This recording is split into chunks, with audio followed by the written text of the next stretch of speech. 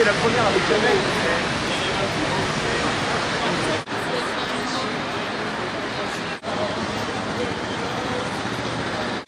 Alors bonsoir à tous. Nous sommes là aujourd'hui sur scène pour la première fois pour explorer la 4e dimension de la communication pour nous. Après la télévision, après les livres, après les conférences, c'est le théâtre. Le théâtre qui aujourd'hui porte un titre qui est signifiant et significatif, qui est Big Bang.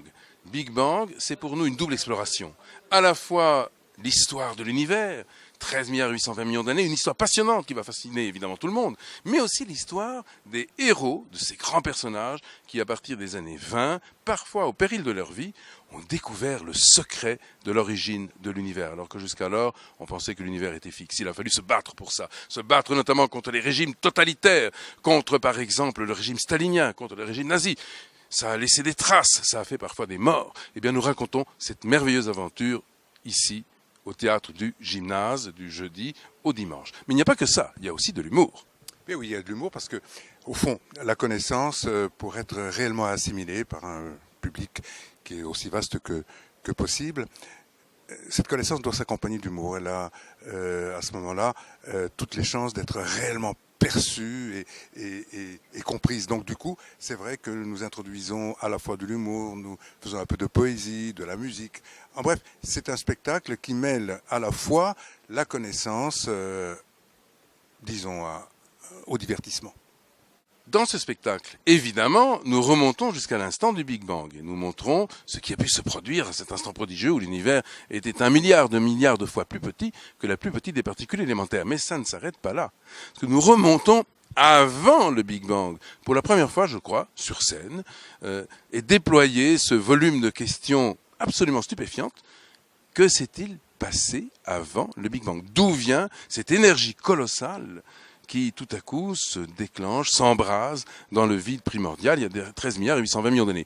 C'est une sorte de miracle cosmologique. Eh bien, il faut le comprendre. Il faut revenir à l'origine et passer donc cette barrière du Big Bang, qui n'est pas l'instant zéro, pour nous retrouver face à un immense mystère. Et ce mystère, non seulement il nous fascine, nous, mais je crois qu'il va vous fasciner, vous, si vous nous donnez évidemment cette grâce de venir nous voir et applaudir au théâtre du Gymnase.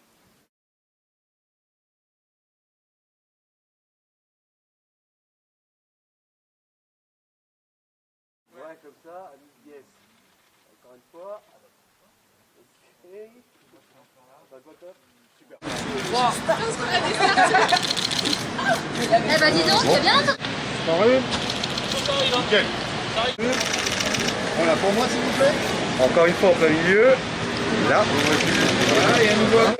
En face de vous. Encore une fois. Voilà, une pour moi s'il vous plaît.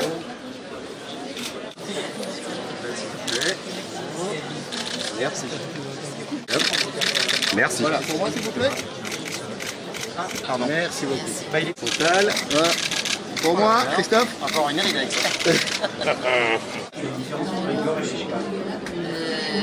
y en a qui est marié.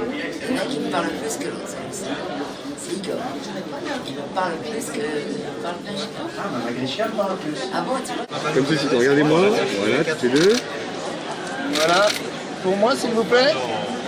Oui, voilà, de ce que c'est mieux. Voilà, Mme Bachelot. Encore une fois. Merci. Derrière pour moi. Voilà.